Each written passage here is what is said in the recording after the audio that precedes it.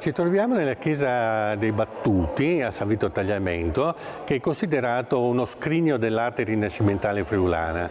La decorazione d'affresco è dovuta a Pomponio Amalteo, uno dei grandi artisti del Rinascimento regionale, allievo del Pordenone, genero del stesso Pordenone, che però qui realizza un'opera estremamente organica, estremamente originale.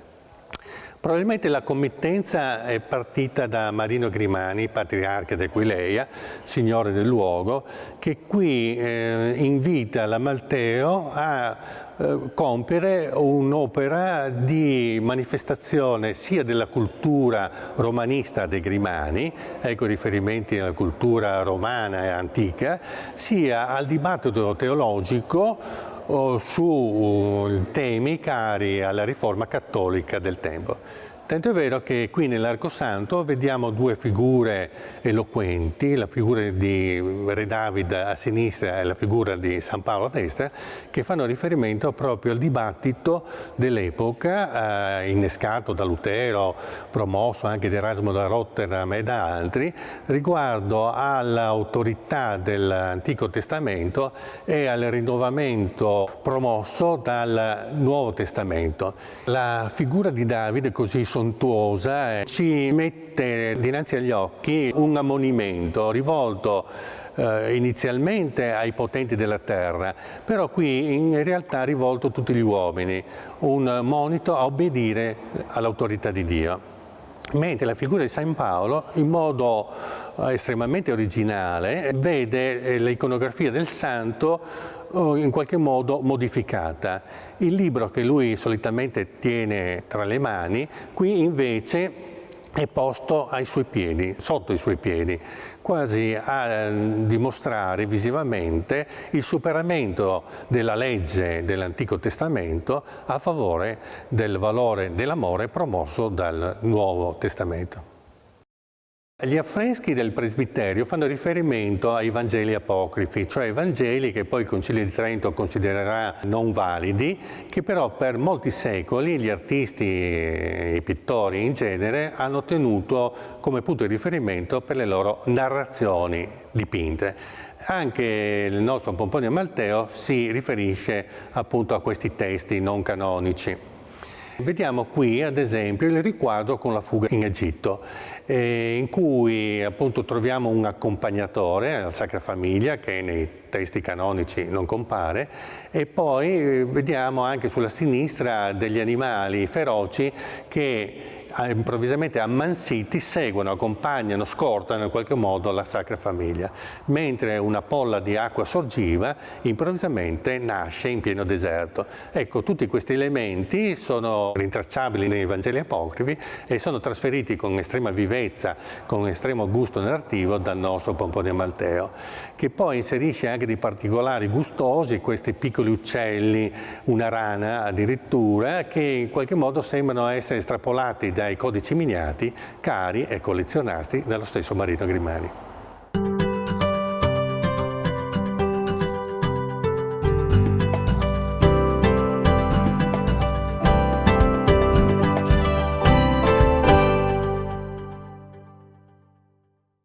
Ci troviamo nel cosiddetto castello di San Vito, che in realtà alla metà del 400 era palazzo della nobile famiglia Altan, più propriamente il palazzo di Antonio Altan, un legato pontificio estremamente autorevole e colto.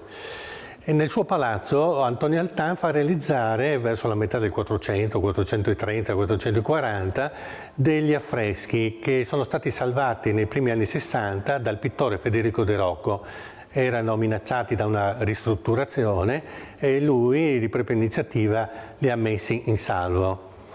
Ecco, Antonio Altan fa realizzare questi affreschi appunto verso il 430-440 per dimostrare anche la propria autorevolezza culturale.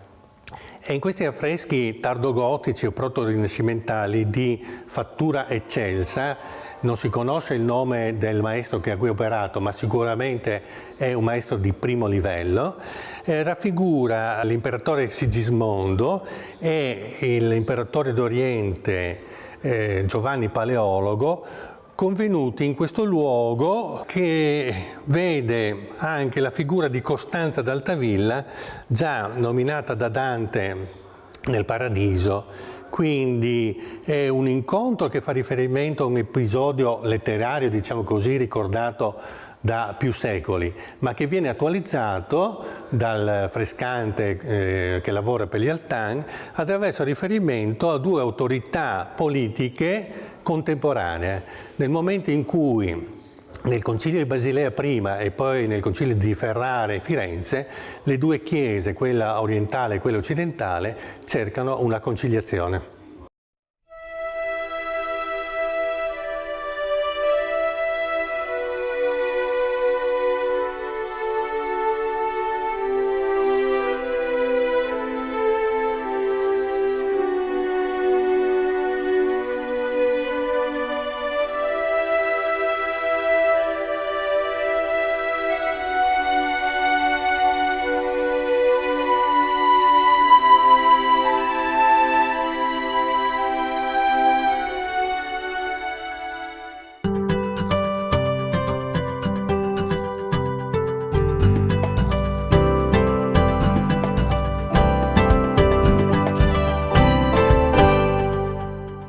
Ci troviamo nell'antico ospedale dei Battuti.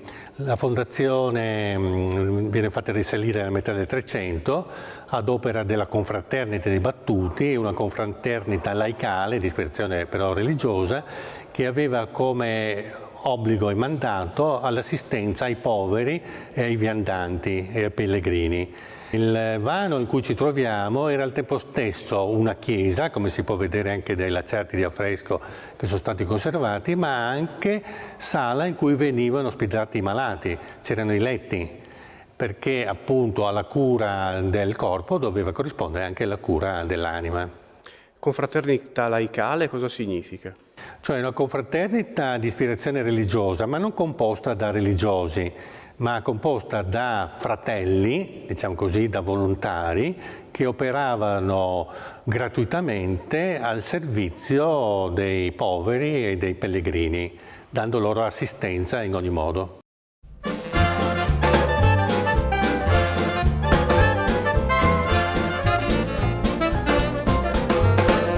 Abbiamo fatto un antipasto e un secondo. Antipasto abbiamo cercato di fare qualcosa anche un po' di sfizioso. Abbiamo fatto un cadeau di quaglia preparato con il petto della quaglia, farcito con lo stesso un po' di carne di quaglia, formaggio, pane ammorbidito nel latte e dopo questo fagottino, diciamo, l'abbiamo avvolto con il guanciale stellato di provenienza qui del Friuli, che è della Vece Salumerie di Rivignano. E il piatto era abbinato anche a pomodorini gratinati, c'era una melanzana alla provinciale, un tortino di ricotta e bruscandoli e un peperone scottato. Dopo abbiamo servito dei bocconcini di vitello al curry con del riso. Dopo c'era 2 biscottini con il caffè.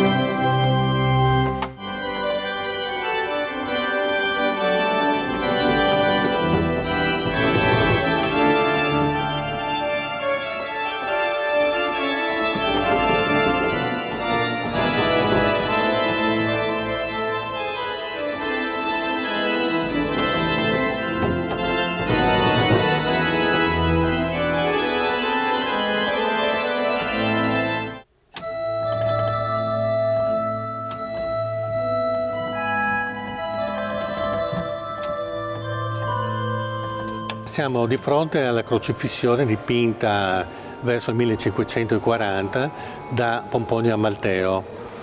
Nel 1939 il Pordenone, suocero dell'Amalteo e collega in qualche modo, è maestro dell'Amalteo stesso, era morto a Ferrara e quindi l'Amalteo si trova in qualche modo spiazzato perché i modelli di riferimento non possono essere più quelli del Pordenone stesso. e incomincia dunque a guardare più spesso e volentieri a Roma, come in questo caso, per cui la figura di Cristo, così levitante che quasi galleggia nello spazio, viene ripresa addirittura dalla figura di Mercurio dipinta da Raffaello alla Farnesina.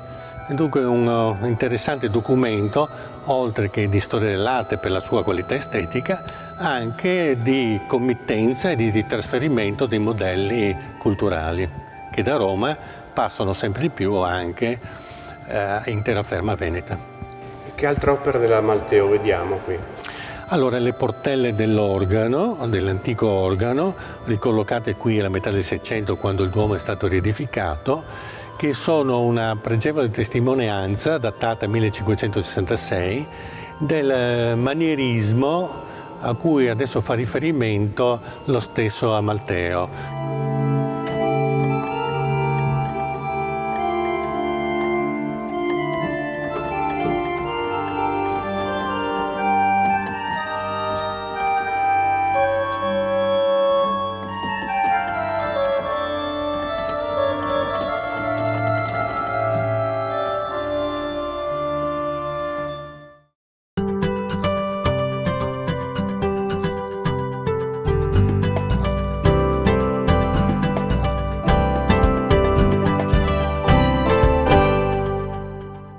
Ancora affreschi di Pomponio Amalteo.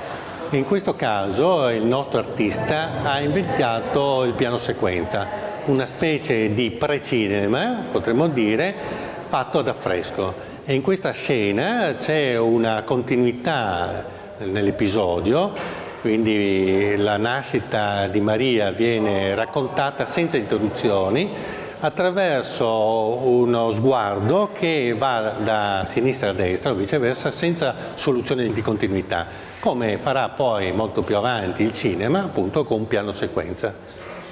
Come mai il culto mariano è così diffuso in queste zone? Perché Maria comunque appare più vicina ai fedeli rispetto a Dio onnipotente, eccetera. Quindi per il suo aspetto materno viene molto sentita dai fedeli anche più umili e quindi chiede la sua intercessione, ecco perché è una sorta di figura intermedia tra gli uomini e Dio, per cui anche le persone più umili magari della campagna vedono in lei una protettrice.